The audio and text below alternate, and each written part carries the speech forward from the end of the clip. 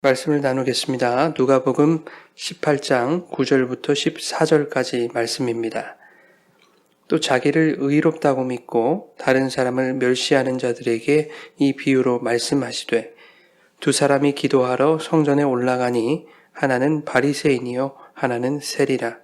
바리새인은 서서 따로 기도하여 이르되, 하나님이여, 나는 다른 사람들 곧 토색, 불의, 간음을 하는 자들과 같지 아니하고 이 세리와도 같지 아니함을 감사하나이다. 나는 일에 2번씩 금식하고 또 소득의 11조를 드리나이다 하고, 세리는 멀리 서서 감히 눈을 들어 하늘을 쳐다보지도 못하고 다만 가슴을 치며 이르되, 하나님이여 불쌍히 여기소서, 나는 죄인이로소이다 하였느니라. 내가 너희에게 이르노니 이에 저 바리새인이 아니고 이 사람이 의롭다 하심을 받고 그의 집으로 내려갔느니라. 무릇 자기를 높이는 자는 낮아지고 자기를 낮추는 자는 높아지리라 하시니라. 아멘. 하나님 아버지와 예수 그리스도로부터 오는 은혜와 평강이 오늘 이 시간 여러분 가운데 함께하기를 축원합니다. 오늘은 바리새인과 세리의 기도에 관한 비유에 대해서 말씀을 나누겠습니다. 우리는 5주 전부터 기도에 관한 본문들을 살펴보고 있습니다. 누가복음 11장 1절부터 4절까지 주님이 가르쳐 주신 기도를 통해서 주기도문의 핵심이 무엇인가를 살펴봤습니다. 주기도문의 핵심이 뭐였죠? 에피오시오스 알토스, 바로 일용할 양식이었습니다. 주님이 가르치시는 기도는 다름 아닌 일용할 양식을 구하는 것이 그 핵심이라는 거였죠.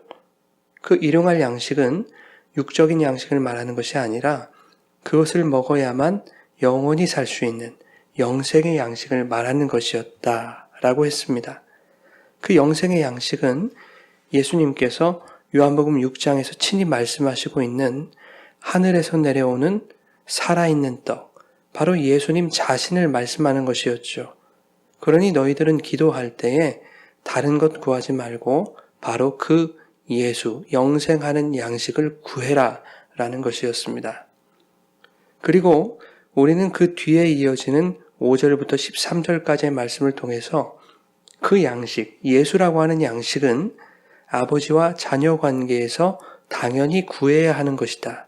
그리고 구하면 아버지는 반드시 자녀에게 그것을 주신다라는 거였습니다. 그런데 그것을 어떻게 주시는가 하면 너희들에게 가장 좋은 것, 그것이 뭐라고 했죠? 바로 성령으로 너희에게 주신다라는 것이었습니다. 이어서 누가복음 18장 1절부터 오늘 본문 바로 윗절까지에 있는 불의한 재판관과 과부의 비유를 우리가 살펴봤지요.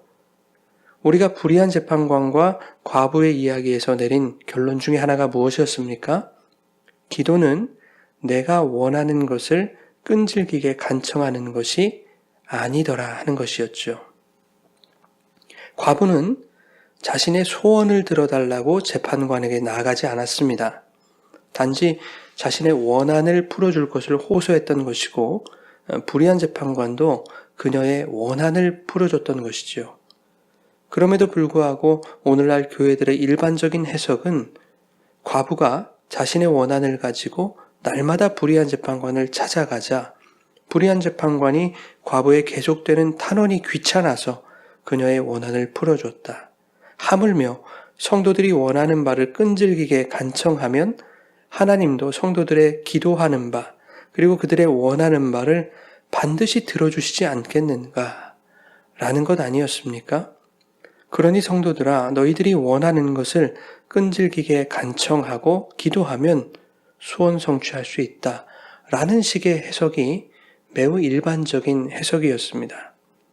그러나 이것이 최악의 해석이라는 것을 우리가 살펴보지 않았습니까? 불의한 재판관은 내가 이 과부의 원한을 풀어주지 않으면 또다시 나를 찾아와서 괴롭게 할 것이다 라고 판단했죠. 여기서 괴롭게 하다라는 말은 권투 경기에서 한 대를 얻어맞아서 눈두덩이가 시퍼렇게 멍이 드는 그런 고통을 의미하는 단어입니다. 그러니 불의한 재판관은 과부의 계속되는 탄원을 자신이 고통당하는 것으로 여겼다는 뜻입니다. 그래서 그 고통당하지 않기 위해서 과부의 원한을 풀어줬다 하는 것이지요. 그러나 하나님은 그 불의한 재판관과 전혀 다른 분이다 라는 것을 말씀하는 것이 바로 불의한 재판관과 과부의 이야기입니다. 하나님은 자신의 외아들 예수 그리스도를 십자가에 죽이는 그 고통을 감당하시면서까지 성도들의 원한을 풀어주신 분이다 라는 것을 말하는 것이 바로 그 비유였습니다. 그러면 성도들의 원한은 무엇이었습니까? 바로 죄라는 것이었죠. 그 죄로 인한 영원한 사망이었습니다. 그러니 기도라고 하는 것은 이 죄와 사망으로부터 나를 건져주십시오. 나를 불쌍히 여겨주십시오. 긍휼히 여겨주십시오.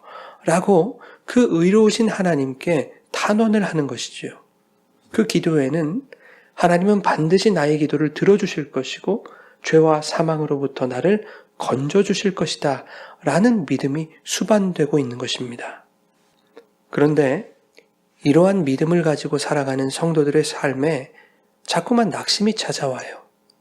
의로우신 재판장 그 예수 그리스도께서 이 세상에 다시 오셔서 모든 불의와 성도의 원한을 풀어주실 그 날이 너무 묘연한 것입니다. 그 날이 오기는 오는 걸까? 주님이 다시 오시기는 하는 걸까? 라는 의문이 들게 됩니다. 그런데 저는 종종 이런 의문이 듭니다. 오늘날 그리스도인들이 주님 오실 날을 기다리기나 하고 있는 것일까? 나는 죽을 때까지 이 세상에서 호의호식하다가 그렇게 천국 가기를 바라지요. 내가 죽은 후에 그때 예수님이 재림하시기를 원하는 사람들이 대부분 아니겠습니까? 그런데 여러분, 죄송한 말이지만 그들은 그리스도인이 아닌 거예요. 그리스도인들은 예수님이 이 땅에 다시 오실 길을 예비하는 자들입니다. 우리의 모든 삶과 신앙생활을 통해서 주님이 어서 오시기를 고대하며 그 길을 예비하며 살아가는 자들이 바로 그리스도인인 거예요. 예수님의 다시 오실 그날만을 학수고대하는 자들이 바로 그리스도인인 것입니다. 예수를 믿어봐야 별 볼 일 없는 것 같고 오히려 믿지 않는 사람들이 더 성공하는 것 같고 예수를 진짜 잘 믿는 사람들은 사회생활에 있어서도 많은 제약이 따르게 되고 세상에서 따돌림과 외면을 받기 일쑤지요. 상당수의 기독교인들이 전혀 그리스도인답지 않은 그런 삶을 살기 때문에 신앙생활 잘하고 있는 모범적인 그리스도인들까지 싸잡아서 개독교라고 욕을 먹고 있지 않습니까? 그러니 성도들이 낙심이 되는 거지요. 주님은 성도들이 그렇게 낙심하게 될 것을 아시고서 이렇게 말씀하시지 않습니까? 18장 1절에 항상 기도하고 낙심하지 말아야 한다. 너희들의 낙심되는 모든 상황 속에서 너희가 낙심하지 않을 수 있는 방법은 바로 기도하는 것이다. 의로우신 재판장이신 그 주님께서 반드시 공정한 판결을 통해 성도들의 모든 원한을 풀어주실 것이다. 그리고 그날은 반드시 오게 될 것이다. 라는 믿음을 가지고 그렇게 기도하는 것이다. 그래야 너희가 낙심하지 않을 수 있다. 우리의 신앙생활 속에서 그러한 믿음을 갖는다는 것이 여러분 매우 어려운 일이지요. 그래서 불의한 재판관과 이 과부의 비유 마지막 말씀에서 주님은 인자가 올 때에 세상에서 믿음을 보겠느냐라고 말씀하시는 것입니다. 그것이 참 힘들다라는 거죠. 여기까지 정리해보면 기도라는 것은 예수 그리스도, 그 성령을 구하는 것입니다. 그 예수가 항상 나와 함께 계시고 그 성령이 나와 늘 동행하시면 때때로 우리들의 신앙생활에 고난이 찾아오고 낙심이 되는 상황을 만나더라도 우리 안에 계시는 그 성령께서 저와 여러분에게 믿음을 부어주심으로 고난과 낙심을 이기게 하시는 것입니다. 어떤 믿음을 부어주신다는 거죠? 주님이 반드시 의로우신 재판장으로 이 땅에 오셔서 성도의 원한을 풀어주실 것이다 라는 그 믿음입니다. 죄와 사망으로부터 나를 건져주실 것에 대한 그 믿음인 것이지요. 모든 불의와 부정과 부패로부터 우리를 자유케 하실 것을 믿는 것입니다. 그래서 나 같은 죄인에게도 반드시 하늘나라 그 천국을 허락해 주실 것이다 라는 믿음인 것이지요. 참 자유와 해방과 기쁨과 평안을 주실 것이라는 믿음인 것입니다. 이것이 정리되어 있지 않으면 오늘 본문 말씀을 제대로 이해할 수가 없는 것이지요. 결론적으로 말씀드리자면 오늘 살펴볼 이 세리의 기도 속에 이러한 믿음이 들어있다 라고 하는 것을 말씀드리려고 하는 것입니다. 오늘 본문 말씀은 거만한 기도와 겸손한 기도의 전형을 보여줍니다. 바리새인의 기도는 거만한 기도이고 세리의 기도는 겸손한 기도였다라는 것이죠. 그래서 이 두 기도의 예를 통해서 성도들의 기도의 자세와 태도가 어떠해야 하는지에 대해 가르치는 본문으로 자주 사용됩니다. 물론 이것이 틀리지는 않습니다. 그러나 오늘 본문 말씀 속에서 기도의 목적과 내용이 무엇인지 그것을 발견하지 못한다면 많은 분들이 이 본문을 이해하고 있는 그리스도인들은 겸손하게 기도해야 된다라는 그 가르침이 아무런 의미가 없게 되는 것입니다. 기껏해야 하나님은 바리새인처럼 교만한 기도를 들어주지 않는다. 세리처럼 겸손하게 기도해야 들어주신다. 그러니 우리도 겸손하게 한번 기도해서 하나님께 응답을 받아보자 라는 것밖에 되지 않지요. 또한 이 본문 말씀을 통해서 바리새인들의 교만한 그 기도를 우리가 정죄하게 된다면 저와 여러분 또한 그 바리새인이 되는 것입니다. 바리새인의 기도가 어떠했죠? 11절을 읽겠습니다. 바리새인은 서서 따로 기도하여 이르되 하나님이여 나는 다른 사람들 곧 토색, 불의, 간음을 하는 자들과 같지 아니하고 이 세리와도 같지 아니함을 감사하나이다. 남들과 같지 않아서 감사하다는 것이요. 나만 잘났다는 거 아닙니까? 그런데 여러분이 오늘 말씀을 통해서 하나님, 나는 저 교만한 바리새인과 같지 않게 해주셔서 감사합니다. 라고 기도한다면, 그리고 그것을 배우게 된다면 여러분 또한 그 바리새인과 다를 바가 없다라는 것입니다. 그러니 여러분, 저와 여러분이 오늘 말씀을 대할 때 가장 먼저 이루어져야 할 것이 있습니다. 그것은 우리 안에 숨어 있는 바리새적 요소들을 찾아내고 발견해야 된다라는 것이죠. 그것이 얼마나 심각한 수준인지를 점검하셔야 되는 것입니다. 나도 세리처럼 겸손해야지 라고 마음만 먹으면 뭐합니까? 여전히 내 속에 바리새인이 수북이 쌓여 있는데 일시적인 감정과 순간적인 결단으로 절대 바뀌지가 않습니다. 사실 오늘 말씀은 기도의 자세와 태도가 어떠해야 하는가를 말씀하시는 것이 목적이 아닙니다. 기도의 내용이 무엇이고 그 내용이 품고 있는 신학적 그리고 신앙적 의미가 무엇인가 그것을 가르치고 있는 것이지요. 그래서 그게 뭔지 한번 오늘 살펴보자는 얘기입니다. 9절 말씀을 보면 또라고 하는 접속사로 이야기를 시작하고 있죠. 이 또라고 하는 접속사 카이는 이전의 이야기였던 그 불의한 재판관과 과부의 비유 그리고 오늘 본문 말씀을 연결하고 있는 것이죠. 이야기만 다를 뿐이지 두 이야기의 본질은 같다라는 말씀입니다. 이 두 이야기가 동일한 말씀이라는 것을 2절과 또 9절 말씀이 보충하고 있습니다. 2절 말씀과 9절 말씀은 각각 불의한 재판관이 어떤 사람이고 또 바리새인이 어떤 사람인지에 대해 설명하는 말씀입니다. 살펴보죠. 2절 말씀입니다. 이르시되 어떤 도시에 하나님을 두려워하지 않고 사람을 무시하는 한 재판장이 있는데 이 불의한 재판관은 하나님을 두려워하지 않고 사람을 무시하는 자였습니다. 9절 말씀 바리새인이 어떤 사람인가 한번 살펴보죠. 또 자기를 의롭다고 믿고 다른 사람을 멸시하는 자들에게 이 비유로 말씀하시되 바리새인은 자기를 의롭다고 믿고 다른 사람을 멸시하는 자였습니다. 여러분 2절 말씀과 9절 말씀이 어떻게 연결되는지 아시겠지요? 이 두 말씀을 보면 불의한 재판관을 오늘 본문에서 바리새인으로 재등장시키고 있는 거지요. 그렇다면 원한을 가진 과부는 오늘 이야기에서 세리와 연관시켜 볼 수 있다라는 것입니다.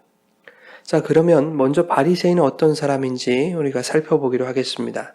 9절 말씀 보니까 자기를 의롭다고 믿고 또 또 다른 사람을 멸시하는 자다라고 말하고 있습니다. 그러니 이 바리새인은요, 자신의 의로움을 자신이 결정할 수 있다고 생각하는 사람인 거죠. 바리새인들은 모세 오경 속에서 613가지의 율법을 추려서 정리합니다. 이것이 우리들이 지켜야 할 율법이다라는 거예요. 그 613가지 중에 365가지는 하지 말아야 할 금지법입니다. 나머지 248개는 반드시 그렇게 해야만 하는 법인 것이죠. 바리새인들이 이렇게 율법을 정리해 놓은 것은 이스라엘의 뼈아픈 역사를 반영하는 것입니다. 남유다가 바벨론에게 멸망을 당하게 되면서 수많은 이스라엘 백성들이 바벨론의 포로로 끌려갑니다. 참담하고 힘겨운 포로 생활을 끝내고 이제 본국으로 돌아온 이스라엘 백성들은 자신들이 왜 이방 민족에게 멸망을 당하고 또 포로로 끌려갈 수밖에 없었는지 곰곰이 생각하기 시작했습니다. 생각하고 생각을 해봐도 이유는 하나였습니다. 하나님의 말씀을 지키지 않았기 때문입니다. 그래서 그들은 하나님의 말씀 속에서 율법을 발췌해서 정리했습니다. 하나님의 말씀을 잘 지키고 순종해서 다시는 참담하고 암울한 이 역사를 되풀이하지 않으리라 라고 하는 좋은 의도에서 시작한 것이 바로 바리새주의입니다. 하나님 잘 섬겨보겠다고 시작하는 것이 바리새주의인 것이죠. 바리새인은 헬라어로 파라사이오스라고 합니다. 이것은 히브리어 파라쉬에서 왔습니다. 파라쉬는 구별하다, 분리하다라는 뜻이 있습니다. 세상과 구별되는 거룩한 무리를 우리가 성도라고 말하는 것처럼 바리새인들도 하나님의 말씀을 거룩히 지키는 구별된 자들이다 라는 뜻인 거죠. 그런데 파라쉬에는 또 다른 의미가 있습니다. 뚜렷하게 말하다, 명확히 선언하다, 찌르다 라는 뜻이 있습니다. 다시 말하면 바리새인은 하나님의 말씀을 지키는 거룩한 사람들로서 세상을 향하여 그 하나님의 말씀이 무엇인지 정확하게 선포해야 되는 사람들이었던 것입니다. 하나님의 말씀으로 세상을 찔러서 세상이 하나님을 깨닫도록 하는 그런 사람들이어야 했습니다. 그런 바리새인들이 자신들의 본물을 망각하고 하나님의 말씀을 증언하는 그러한 삶을 살아가지 못했습니다. 자신의 잘남과 의로움을 뽐내는 그런 자들로 변질되어 버렸다라는 것입니다. 한 가지 재밌는 것은 이 파라시라는 말에 찌르다라는 뜻이 있다고 말씀드렸죠. 여러분이 잘 아시는 피어싱이 여기서 나온 말입니다. 파라쉬가 피어싱이라는 뜻이에요. 피어싱 뭐 하는 거죠? 내 살을 찌르고 뚫어서 나를 돋보이게 하는 거죠. 나를 치장하여 나를 나타내고 나의 겉모습을 자랑하는 것이요. 나 스스로에게 고통을 줘가면서까지 다른 사람들에게 나를 드러내고 싶은 것이요. 그것을 통해서 내가 만족하는 거 아닙니까? 하나님의 말씀으로 사람들의 마음을 찔러서 그들이 하나님을 알도록 해야 하는 그 바리새인들이 내 말로 나를 치장하고 나를 자랑하며 나의 나타난 겉모습에 내가 만족하는 그런 자뻑하는 자들이 된 거예요. 그런데 유대인들은 이러한 바리새인들을 매우 존경하고 부러워했습니다. 선망의 대상이었습니다. 우리로서는 잘 이해가 되지 않지요. 우리는 주위에서 자기 잘난 맛에 사는 사람들 혹은 자기 자랑하고 자뻑하는 사람들을 보면 재수없다고 얘기하지 그들을 부러워하거나 존경한다고 말하지 않습니다. 그러나 유대인들은 바리새인들을 매우 존경하고 부러워했습니다. 왜 그런가 하니까 바리새인들은 말만 하는 자들이 아니었기 때문입니다. 자신들이 말한 대로 다 지켜서 행하더라는 것이죠. 11절에 기록되어 있는 대로 바리새인들은 자신들의 힘과 권위로 토색하는 일을 하지 않았습니다. 불의와 간음을 저지르지 않았습니다. 12절에 기록되어 있는 대로 그들은 일주일에 2번씩 금식도 하고 소득의 11조도 드렸다 하는 것이죠.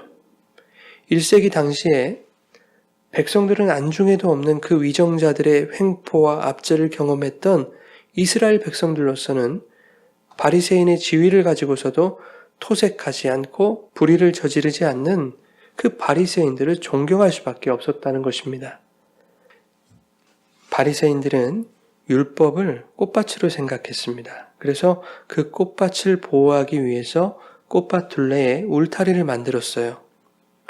무슨 말이냐고 하면 율법 둘레에 또 다른 율법을 만들어서 자신들이 꽃밭으로 여기는 그 율법이 훼손되지 않도록 했습니다. 그래서 율법에서는 1년에 한 번 대속죄일에 금식할 것을 요구했지만 바리새인들은 1년에 한 번 지키는 그 금식을 더 잘 지키기 위해서 울타리 율법을 만들어 놨던 거예요. 출애굽기에 보면은 이스라엘 백성들에게 무교절과 맥주절과 수장절을 지켜라 이렇게 하나님 말씀하셨거든요. 그래서 이 세 절기에 각각 전후 이틀씩 금식하는 것으로 확장했습니다. 급기야는 이제 매주 월요일과 목요일에 금식하는 것으로까지 확대시켰습니다. 율법이라는 꽃밭을 훼손하지 않기 위해서 울타리 율법들을 만들었어요. 그러나 사실 그 자체로 율법을 훼손하고 있다는 사실을 그들은 모른 거지요. 여하튼 그들은 팔레스타인의 그 건조한 기후와 척박한 환경 속에서 매주 이틀을 아무것도 먹지 않는 그 어려운 금식도 너끈하게 소화해낸 사람들입니다. 11조는 어떻습니까? 로마 제국에서 실시하는 그 버거운 세금 제도에 시달렸던 시대에 소득의 11조까지 따로 지불했습니다. 바리새인들이 지불했던 11조와 세금을 계산해 보면 적어도 소득의 30% 이상 되었을 것으로 그렇게 추정하고 있습니다. 어떤 믿음 좋은 사람들은 이렇게 얘기할지 모르겠어요. 30% 많은 금액이지만 나머지 70% 가지고 충분히 살 수 있지 않느냐고. 아닙니다, 여러분. 그 당시에는 소득의 100%를 가지고서도 살기가 힘든 시대였어요. 하루에 한 끼 먹는 것도 힘든 시대였습니다. 그러한 시대에 세금 이외에 11조까지 따로 드린다는 것은 매우 어려운 일이었습니다. 그러니 바리새인들은 일반 백성들이 볼 때에 도덕적으로 또 윤리적으로 종교적으로 매우 완벽한 사람들이었던 것입니다. 말만 하는 자들이 아니라 말한 대로 다 지켜 행하는 자들이었다 하는 거지요. 그런데 세리는 어떻습니까? 그야말로 도둑놈들이죠. 로마에게 바칠 세금을 징수하는 사람들이 바로 세리들이었는데 로마에서 그들에게 월급을 따로 주지 않았기 때문에 정상적으로 징수해야 할 금액보다 더 많이 징수를 해서 나머지 그 차액을 자신의 호주머니로 넣었던 사람들입니다. 그러니 이스라엘 백성들 입장에서는 이 세리를 같은 동족의 피를 빨아먹고 사는 인간 말종들로 생각했던 겁니다.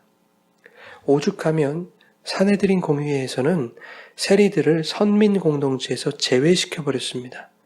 그러니까 같은 동족으로서의 자격이 박탈되는 것이지요. 세리는 저주받은 인간으로 간주됐고 사람들은 세리와 상종도 하지 않았습니다. 그런데 이 세리와 함께 선민 공동체에서 제외당한 자들이 또 있었지요. 바로 창기들입니다. 그래서 성경에 보면 세리와 창기를 함께 표기하고 있는 경우가 많지요. 세리는 곧 창기와 같았고 그들은 죄인의 대표로 여겨졌던 것이지요. 앞서서 불의한 재판관과 과부의 비유에서 불의한 재판관을 오늘 본문에서는 바리새인으로 재등장시켰다라고 말씀드렸죠. 또 과부는 세리와 관련되어 있다라고 말씀드렸습니다. 당시 과부들은 사회적으로 가장 약자에 속하는 부류였습니다. 먹고 살 수 있는 방법이 없지요. 과부가 되면 먹고 살 수 있는 방법이 없는 거예요. 그래서 그들이 택할 수 있는 것은 자신의 몸을 파는 것밖에 없었습니다. 당시 사회에서 과부가 창기가 될 확률은 대단히 컸던 거예요.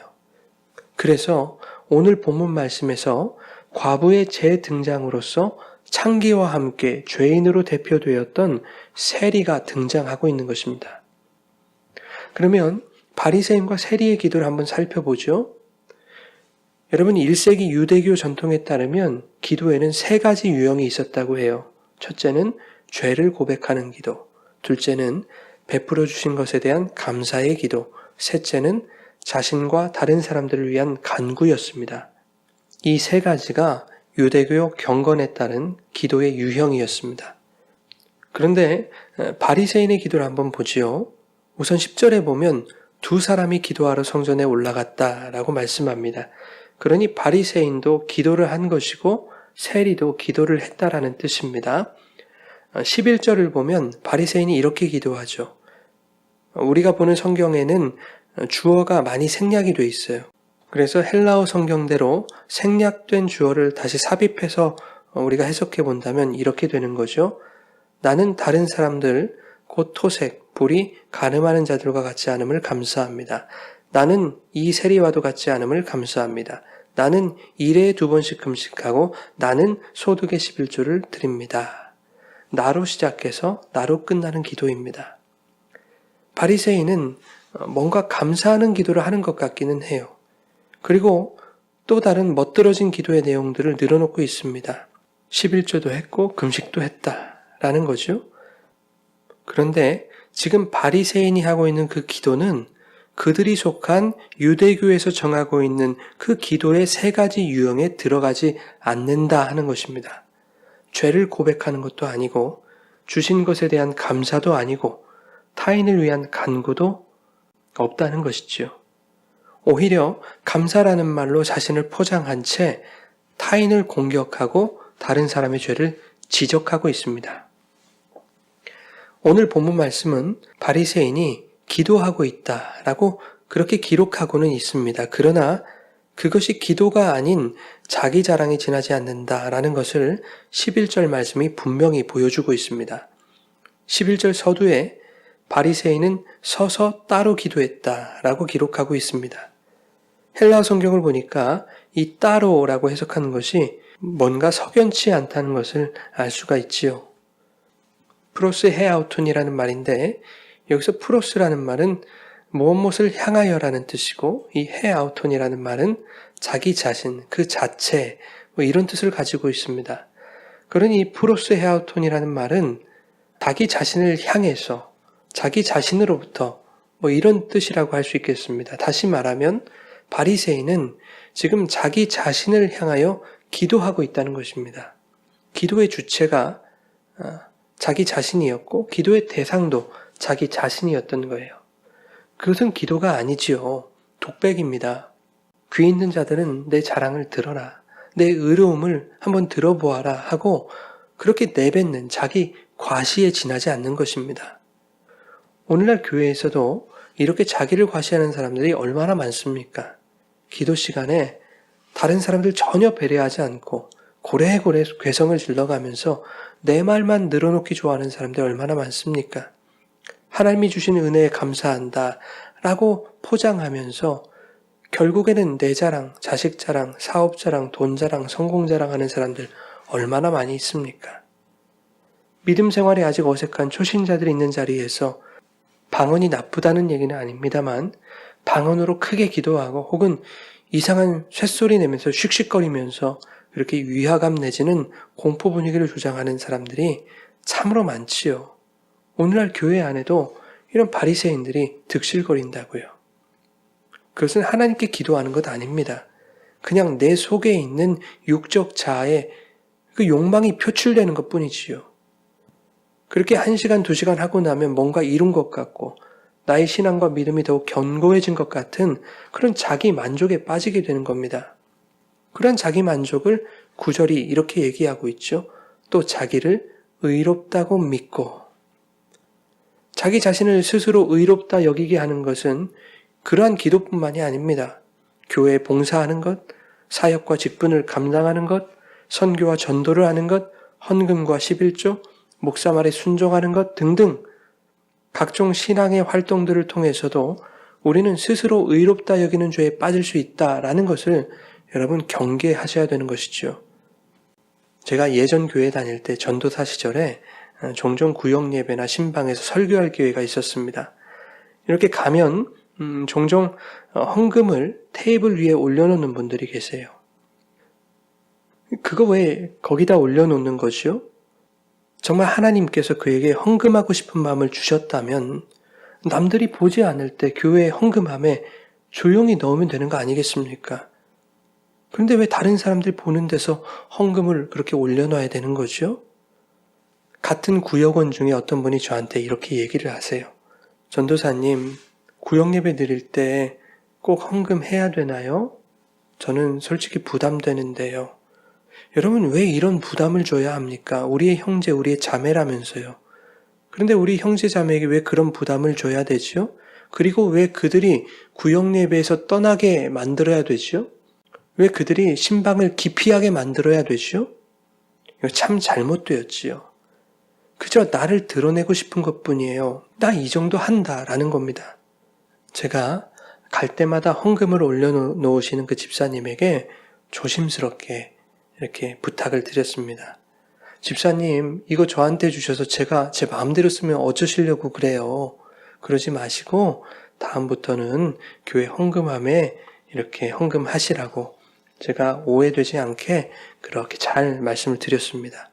그랬더니 그분이 하시는 말씀이, 전도사님, 직접 들어야 내가 낸지 알지요. 그저 내가 돋보이고 싶은 겁니다. 그렇게 스스로 의롭다고 믿고 싶은 거예요. 여러분, 헌금 귀한 거지요. 성도들의 봉사와 헌신 참으로 귀한 것입니다. 그러나 그러한 것들을 얼마나 많이 하고 얼마나 열심히 하느냐가 내 신앙의 분량을 키우는, 내 믿음을 키우는 그러한 방법이 될 수 없다는 것입니다. 내 믿음이 견고해지는 기준이 될 수 없다는 것입니다. 신앙적으로 도덕적으로 내가 무엇을 얼마만큼 감당하느냐에 따라 내가 의로워질 수 있고 없고를 말할 수 있는 것이 아니라는 겁니다. 여러분, 인간이 무엇을 어떻게 얼만큼 행하고 이루어야 의로울 수 있단 말입니까? 도대체 그 기준을 어떻게 정할 수 있느냔 말이에요. 여러분, 의로움의 기준은 인간이 정할 수도 없는 것이고 인간의 행함을 통해서 의로워질 수도 없는 것입니다. 성도가 다양한 형태의 신앙생활을 열심히 해야 되는 것은 그것을 행함으로 내가 복을 받고 성공하고 잘 되기 위해서가 아닙니다. 여전히 부족하고 연약한 죄인인 저와 여러분을 당신의 자녀로 삼아주시고 마치 아무런 흠도 없고 죄도 없는 자처럼 그렇게 의로운 자로 여겨주신 하나님 아버지의 크신 사랑과 은혜에 감사하고 감격하기 때문입니다. 그래서 그 감사와 감격을 가진 성도들에게서는 당연히 신앙생활이라고 하는 신앙의 반응이 나타나게 돼 있는 것이지요. 그 감사함과 그 감격함을 가진 성도들에게서 당연히 나타나게 되는 신앙의 반응이 바로 여러분들의 신앙생활입니다. 봉사하고 직분을 감당하고 헌신하고 헌금을 하고 구제하고 선교하는 것들로 그렇게 당연히 나타나게 되더라 하는 겁니다. 자, 그럼 세리의 기도를 한번 살펴보지요. 13절 함께 읽겠습니다. 세리는 멀리 서서 감히 눈을 들어 하늘을 쳐다보지도 못하고 다만 가슴을 치며 이르되 하나님이여 불쌍히 여기소서 나는 죄인이로소이다 하였느니라. 여러분, 모든 사람들에게 외면당하고 손가락질 받는 그 죄인으로 대표되는 세리가 기도하러 성전에 올라갔다는 것은 무슨 뜻일까요? 세리는 자기가 죄인이라고 하는 것을 알고 있었다는 얘기입니다. 그래서 그 죄를 고백하고 용서받고 싶었던 거예요. 사람들이 나를 죄인 취급하고 상종도 안 하니 내 마음이 너무 외롭고 힘들어요. 그러니 사람들이 나를 좀 인격적으로 대할 수 있게 해주세요. 나를 좀 좋아하게 해주세요. 라는 투정이 아닙니다. 이러한 인간적인 문제에서 오는 답답함과 억울함을 늘어놓는 것이 아니었어요. 사람들은 모두 나를 외면하고 상종도 하지 않지만 하나님은 나를 외면하지 않을 것이다. 하나님은 반드시 내 기도를 들어주실 것이다. 라는 믿음이 그에게 있었던 것입니다. 하나님은 나를 긍휼히 여기시고 하나님은 나의 죄를 용서해 주실 것이다. 라는 그 믿음이 있었던 거예요. 그래서 그는 그 믿음을 가지고 성전에 그 기도하러 올라갔던 것입니다. 성전에서 기도하는 세리를 보면서 사람들이 수군거렸을 거예요. 아니, 대놓고 욕을 했을지도 모르겠습니다. 너 같은 놈이 감히 성전에서 기도를 하느냐고, 네가 그럴 깜냥이나 되느냐고, 부끄럽지 않느냐고, 어떻게 그렇게 뻔뻔할 수가 있느냐고 면박을 주고 비아냥거렸을 거예요. 침을 뱉었을 겁니다. 그럴 때 세리의 반응은 어땠을까를 곰곰이 묵상해 봤습니다. 아마 이랬을 것 같아요. 당신들의 말이 맞다고, 정말 미안하다고, 죄송하다고, 내가 정말 죽일 죄인 맞다고 사람들이 욕하는 족족 인정하고 그들에게 용서를 구하지 않았을까?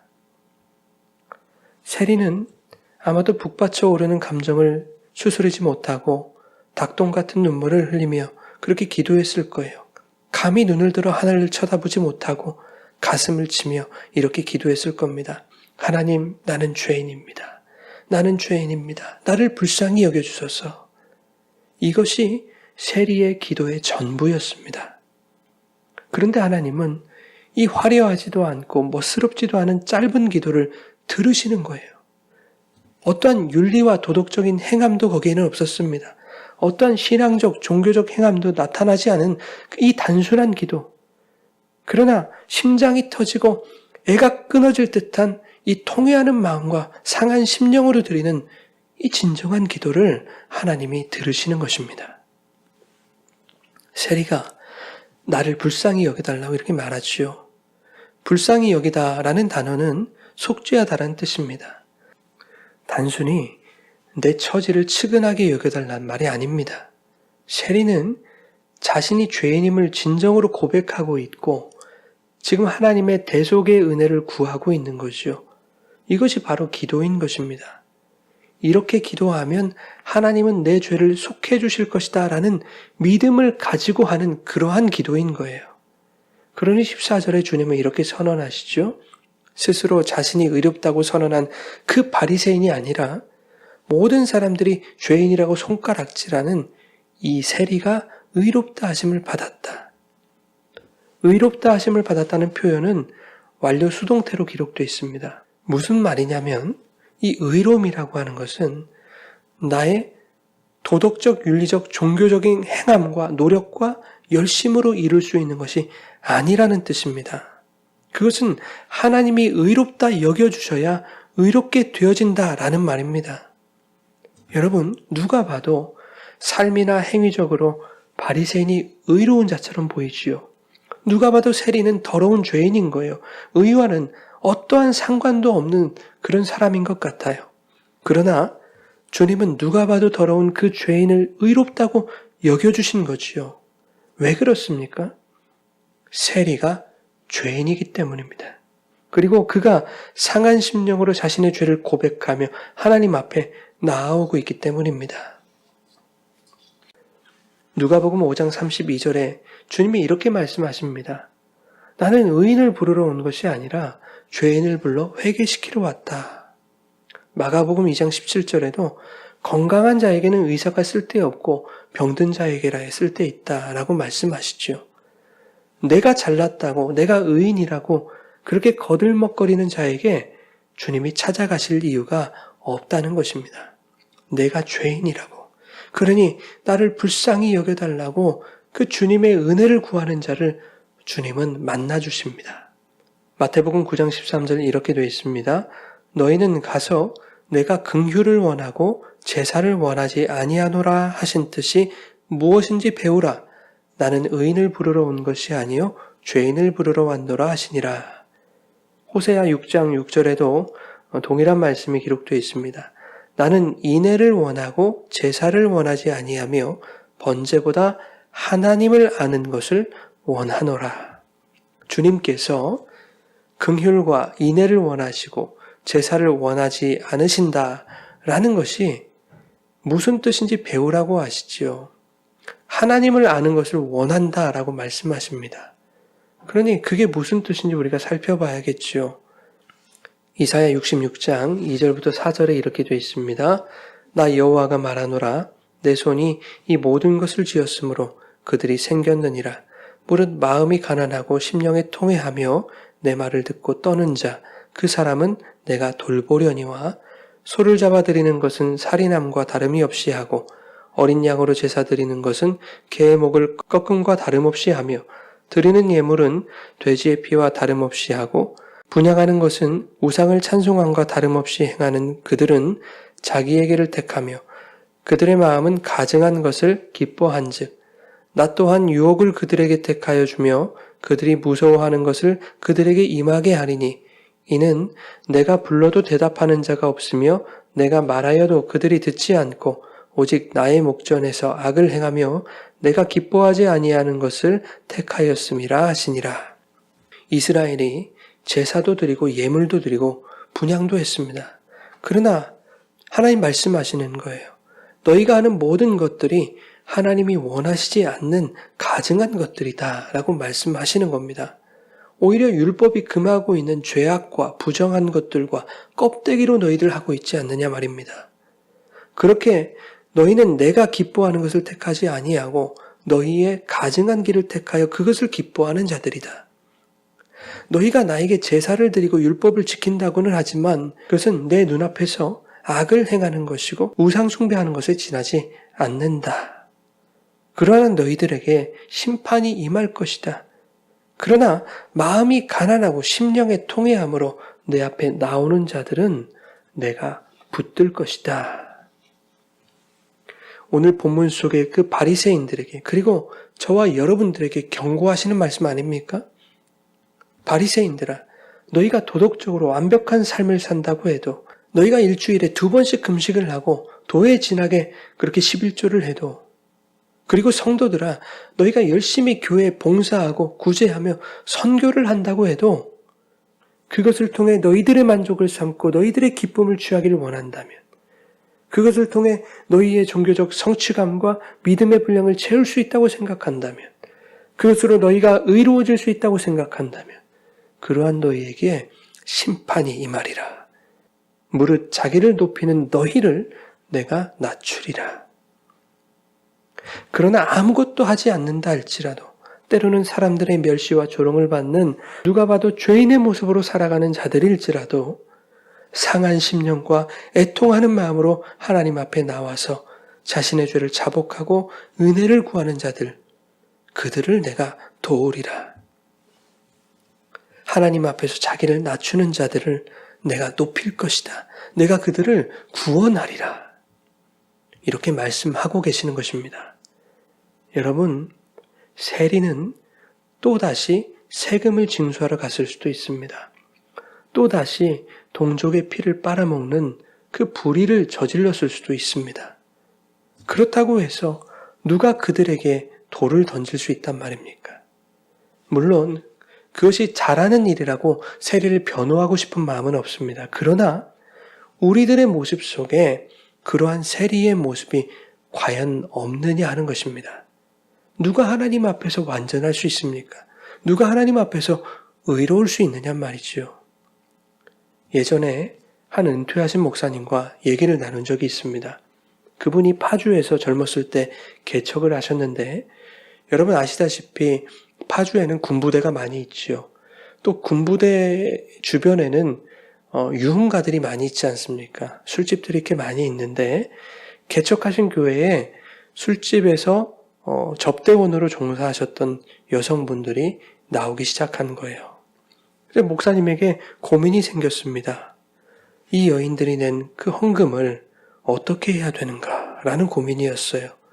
자신의 신앙적 양심상 그것을 교회에서 받을 수가 없더라는 겁니다. 그래서 그분들에게 솔직하게 말씀을 드렸대요. 부정하게 번 돈을 교회에서 헌금으로 받을 수 없습니다. 여러분, 그것은 교회에도 나오지 말라는 얘기 아닙니까? 이분들이 눈물을 흘리며 돌아갔답니다. 저는 이 목사님이 저에게 그러한 말씀들을 해주실 때에 자신의 지난날의 과오를 반성하며 부끄러운 마음으로 젊은 목사야, 자네는 이러지 말게 라는 마음으로 그렇게 해주셨다고 생각했어요. 그런데 전혀 반대였습니다, 여러분.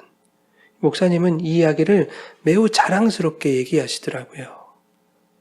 저는요, 그날 대한민국 땅에서 목사 바리새인을 본 거예요. 오래전에 일본에 있을 때 한 일본인 목사님과 얘기한 적이 있어요. 그 목사님 교회는 아카사카라고 하는 지역에 있는 교회였어요. 이 목사님과 또 한국인 선교사님 한 분 이렇게 같이 교회를 섬기는 그런 작은 교회였습니다. 이 아카사카라고 하는 지역에는 한국인 술집이 많았다고 해요. 일본에 돈을 벌려고 온 여성들이 이 아카사카라고 하는 지역에 있는 한국 술집들로 많이 이렇게 몰려들었다고 해요. 이 목사님 교회에 이 한국인 여성들이 출석하기 시작했습니다. 그 여성들의 남편들 중에는 야쿠자들도 참 많았다고 해요. 목사님은 이 여성들의 직업과 환경, 모든 것을 알고 있었어요. 그러나 내색하지 않고 늘 그들을 반겨주고 또 위로해주고 사랑을 쏟아줬습니다. 그 교회에 출석하는 술집 종사자가 전체 교인의 10% 내지 15% 정도가 되었다고 해요. 근데 이상한 것은 통계는 변하지 않는데 사람은 변하는 거예요. 여러분, 이 말이 이해가 되십니까? 교회에 나와서 6개월, 1년 말씀을 듣고 그렇게 교회와 성도들의 사랑을 받아 먹으니 그들의 마음도 변하고 생각도 변하고 신앙도 자라서 결국에는 그들의 직업도 변하더라는 겁니다. 그리고 변화된 그들이 그것으로 끝나는 것이 아니라 예전에 자신이 일했던 술집에 찾아가서 그 술집에서 종사하는 예전 동료들을 전도하는 거예요. 그러니 그 교회에 출석하는 술집 종사자들의 퍼센테지는 변하지 않는데 사람들은 계속 바뀌는 거예요. 그들의 남편들에게도 놀라운 일이 일어났습니다. 야쿠자에서 목사가 된 사람들이 한둘이 아니었다는 거예요. 여러분, 교회에서 세리를 외면하면 되겠습니까? 하나님이 보실 때에는 우리 모두가 똑같은 죄인이고 똑같은 세리인데 교회가 세리를 외면하고 성도가 서로를 세리라고 정죄하면 누가 교회에 나올 수 있단 말입니까? 하나님은 나중된 자가 먼저 되는 그 놀라운 일을 이루시는 분이시지요. 결코 내가 먼저 된 자라고 자만할 수 없는 거지요. 자신할 수 없는 겁니다. 같은 교회를 다니면서도 한 집에 살면서도 우리들은 종종 상대방의 신앙을 판단하고 정죄하고 비난하지 않습니까? 이러한 바리새인의 모습이 정말 여러분에게 없냐는 말이에요. 도대체 저 사람 교회 다닌 지가 몇 년인데 아직도 이 모양이냐고. 왜 저 사람에게서 변화가 이루어지지 않느냐고. 내가 하나님 되어서 타인의 의와 불의를 판단하고 있지 않습니까? 이렇게 우리가 바리새인 되어서 다른 사람들을 정죄하고 있을 때 여러분이 비난하고 판단하는 그 바리새인들의 눈에서 얼마나 많은 피눈물이 흐를까요? 그들은 가슴을 치며 하나님, 내가 죄인입니다. 나를 불쌍히 여겨주십시오라고 진정으로 그렇게 기도해보지만 또다시 제자리로 돌아가는 연약한 인간의 모습과 현실을 마주할 때 도무지 불가능할 것 같은 자신의 연약함이 진절이 나기 싫고 죽이고 싶을 만큼 내 자신이 미워지는 그 상한 심령과 애통하는 마음을 여러분 정말 모르시겠습니까? 다시 한번 또 다시 한번 그 상한 심령을 들고 주님 붙잡아 보겠다고, 주님의 긍휼하심을 구하고 은혜를 구해보겠다고 은혜의 보좌 앞에 나와서 감히 눈을 들어 하늘을 쳐다보지 못하고 다만 가슴을 치는 심정으로 주님 또 왔습니다. 면목 없습니다. 죄인입니다. 불쌍히 여기소서 라고 반복할 수밖에 없는 이 세리의 마음을 여러분 정말 모르시겠습니까? 이 세리의 마음이 느껴지지 않는다면, 저와 여러분이 이 세리가 되지 못한다면 우리는 주님을 만날 수 없는 거예요. 주님은 그러한 자들을 만나주지 않으실 것입니다. 여전히 내가 의롭다고, 내가 옳다고 스스로 믿는 그 바리새인에 지나지 않기 때문입니다. 여러분, 이러한 바리새인 되지 않기를 바랍니다.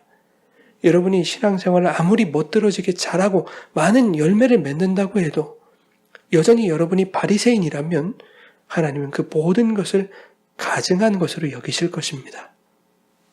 아무것도 하지 않아도 괜찮습니다. 그저 하나님을 알면 된다라고 말씀하시잖아요. 하나님은 긍휼을 원하시고 제사를 원하지 않는 분이다 라는 것을 깨달으면 된다고 하시지 않아요. 그러니 여러분, 세리가 되십시오. 세리가 되셔서 주님의 긍휼을 구하시기 바랍니다. 그분의 인애를 구하시기 바랍니다. 주님의 성령을 구하시기 바랍니다. 주님의 은혜를 구하시기 바랍니다. 여러분이 세리이기를 거부한다면 결코 주님을 만날 수 없는 거예요. 그러니 주님, 오늘 또 실패했습니다. 오늘 또 넘어졌습니다. 오늘 또 주님을 버렸습니다. 그래서 여전히 나는 죄인입니다. 그러니 하나님이여 나를 불쌍히 여겨주소서, 내 죄를 대속해 주소서. 그렇게 상한 심령으로 주님 앞에 나오시기 바랍니다. 시편 51편 17절입니다. 하나님께서 구하시는 제사는 상한 심령이라. 하나님이여 상하고 통회하는 마음을 주께서 멸하시지 아니하시리이다. 시편 34편 18절입니다. 여호와는 마음이 상한 자를 가까이 하시고 충심으로 통회하는 자를 구원하시는도다. 여러분, 상한 마음으로, 충심으로 통회하는 마음으로 그렇게 기도하시고 그렇게 회개하시고 그렇게 눈물을 흘리시기 바랍니다. 주님은 반드시 그러한 여러분의 눈물의 기도를 들어주실 거예요. 여러분을 만나주실 것입니다. 여러분을 회복시키시고 새 힘을 허락해 주실 것입니다. 세리의 겸손함으로, 세리의 죄인됨으로 그렇게 하나님 앞에 나오는 자를 하나님은 의롭다 여겨주실 것입니다. 가장 낮고 참담한 무적행으로 추락해야 할 우리의 인생을 가장 높고 가장 영화로운 하나님의 나라로 높이실 것입니다. 이 믿음이 저와 여러분 가운데 있기를 원합니다. 이 믿음을 가지고 기도할 때 세상이 주는 모든 낙심과 참소를 이기고 주님이 주시는 참 평안과 기쁨을 누리는 사랑하는 주의 백성들 되시기를 주님의 이름으로 축원합니다.